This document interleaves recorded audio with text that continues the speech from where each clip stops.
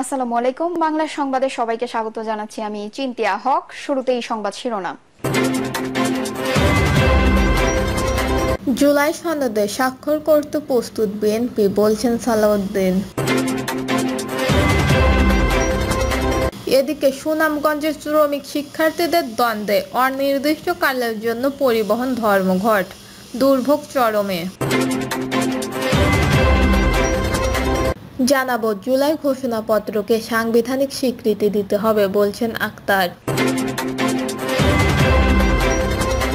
এবং সর্বশেষ জানাবো, ট্রাইব্যুনালে দ্বিতীয় সাক্ষ্য। শেখ হাসিনা হাসপাতালে নো ট্রিটমেন্ট নো রিলিজ নির্দেশ দেন, শুনতে পান ইমরান। শুনছিলেন সংবাদ শিরোনাম, এবারে বিস্তারিত।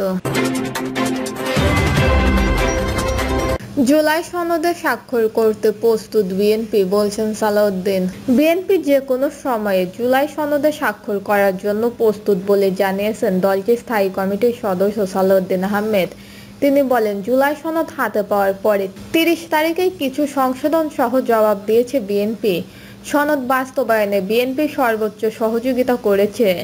জুলাই ঘোষণাপত্রে ঐতিহাসিক ও রাজনৈতিক মূল্য আছে জানিয়ে সালাউদ্দিন আহমেদ বলেন, ঘোষণাপত্রের যে প্রস্তাব দেওয়া হয়েছিল তা ফেব্রুয়ারিতেই জবাব দিয়েছে বিএনপি। প্রস্তাবে 26শে মার্চকে উপস্থাপন করতে চায়নি, আর এর সাথে দ্বিমত পোষণ করেছে বিএনপি। এছাড়া রাষ্ট্রীয় ও সাংবিধানিক স্বীকৃতি চতুর্থ তফসিলের মাধ্যমে দেওয়া হবে। জুলাই ঘোষণাপত্রের ক্ষেত্রে বিএনপি যে সংশোধনী দিয়েছে তা মেনে না নেওয়া হলে ঘোষণাপত্রের পাঠের পর দলের পক্ষ থেকে পরবর্তী প্রতিক্রিয়া জানানো হবে। সালাউদ্দিন আহমেদ বলেন, সনদ বাস্তবায়ন নিয়ে অনেকে প্রশ্ন তুলছেন। বিএনপি নাকি সহযোগিতা করছে না, নিশ্চয়তা না পেলে সনদে সই করবে না বলেছেন। এ বিষয়ে বিএনপি সর্বোচ্চ সহযোগিতা করেছে। ফ্যাসিস্ট বিরোধী ঐক্য বজায় রাখতে সবাইকে আহ্বানও জানান বিএনপির এই নেতা।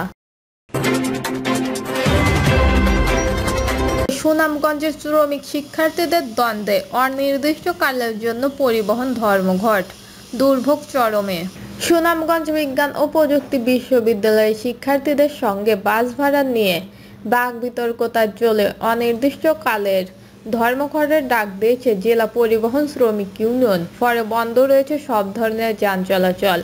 এতে দুর্ভোগে পড়েছে সাধারণ যাত্রীরা। সোমবার ভোর থেকে সুনামগঞ্জ জেলা থেকে দূরপাল্লার কোনো বাস ছেড়ে যায়নি। পরিবহন বন্ধ থাকায় সবচেয়ে বেশি ভোগান্তিতে পড়েছে তাহিরপুর, বিশ্বস্তপুর সহ কয়েকটি উপজেলার মানুষ।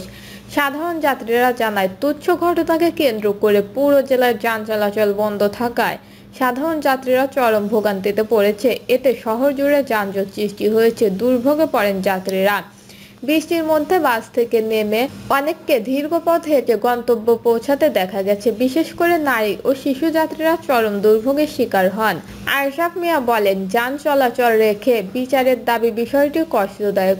কয়েকজন মানুষকে তুচ্ছ ঘটনার জন্য পুরো জেলাকে ভোগান্তি পোহাতে হচ্ছে। বৃষ্টির মধ্যেই ছেলেমেয়েদের নিয়ে সিলেট যাওয়ার জন্য কাউন্টারে এসে দেখি বাস চলাচল বন্ধ।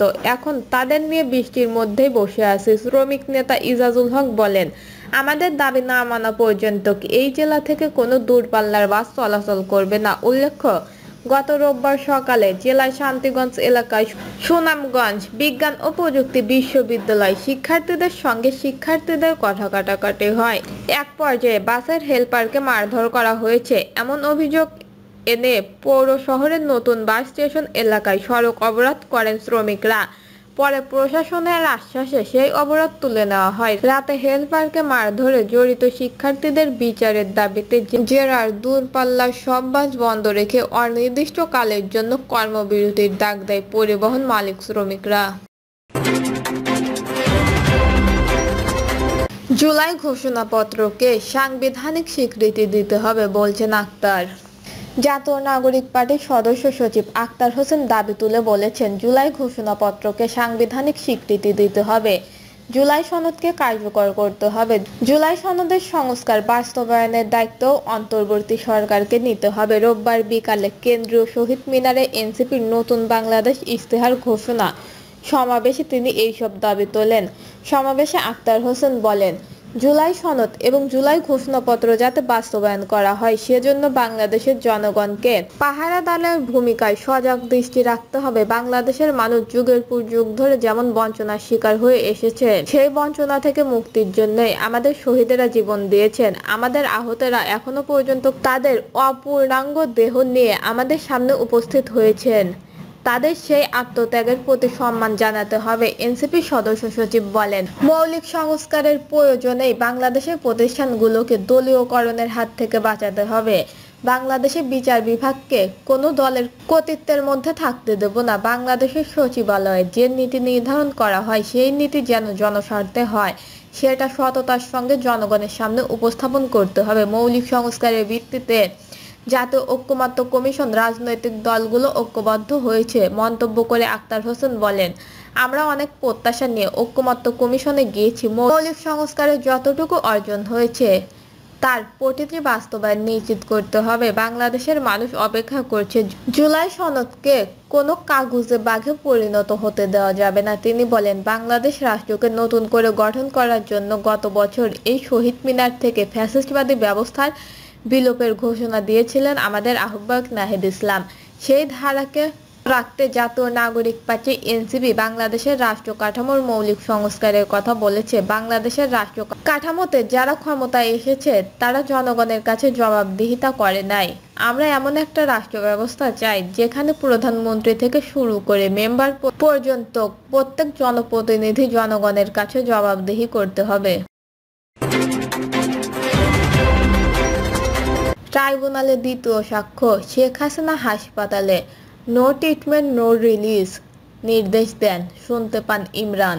জুলাই গণঅভ্যুত্থানের সময় সংগঠিত মানবতা বিরোধী অপরাধের একটি মামলায় আসামি ক্ষমতাচূর্ণ প্রধানমন্ত্রী শেখ হাসিনা, সাবেক স্বরাষ্ট্রমন্ত্রী আসাদুজ্জামান খান কামার ও পুলিশের সাবেক মহাপরিদর্শক চৌধুরী আব্দুল্লাহ আল মামুনের বিরুদ্ধে জবানবন্দি দিয়েছেন শিক্ষার্থী আব্দুল্লাহ আল ইমরান। আজ সোমবার আন্তর্জাতিক অপরাধ ট্রাইব্যুনাল ১ এ মামলায় দ্বিতীয় সাক্ষী হিসেবে জবানবন্দি দিয়েছেন আব্দুল্লাহ আল ইমরান। জবানবন্দিতে তিনি বলেন, রাজধানীর আগারগাঁওয়ে জাতীয় অর্থোপেডিক হাসপাতাল ও পুনর্বাসন কেন্দ্র পরিদর্শনে গিয়ে Sheikh Hasina no treatment no release নির্দেশ দিয়েছিলেন। আল ইমরান এই নির্দেশ শুনেছেন বলে জানান। গতকাল রোববার এই মামলায় প্রথম সাক্ষী হিসেবে জবানবন্দি দেন মাইক্রোবাস চালক খোকন চন্দ্র বর্মন। গত বছরের জুলাই ও আগস্টে ছাত্র জনতার আন্দোলন চলাকালে যে মানবতা বিরোধী অপরাধ সংঘটিত হয়েছে তার এক বছরের মাথায় এই মামলার মাধ্যমে সেই অপরাধের আনুষ্ঠানিক বিচার শুরু হলো। এই মামলায় একমাত্র গ্রেপ্তার হওয়া আসামি চৌধুরী আব্দুল্লাহ আল মামুন। তিনি ইতিমধ্যেই মানবতা বিরোধী অপরাধের দায় স্বীকার করেছেন। পাশাপাশি তিনি এই মামলায় অ্যাপ্রুভার বা রাজসাক্ষী হয়েছেন। গতকাল তাকে ট্রাইব্যুনালে হাজির করা হয়। মামলার কার্যক্রমের কিছু অংশ বিটিভিতে সরাসরি সম্প্রচার করা হয়। দর্শক, এই ছিল এখনকার সর্বশেষ নিউজটি ভালো লাগলে একটি লাইক দিন, কমেন্টে আপনার মতামত জানান এবং আমাদের পাশে থাকার জন্য বেল বাটনটি অন করে রাখুন। ধন্যবাদ।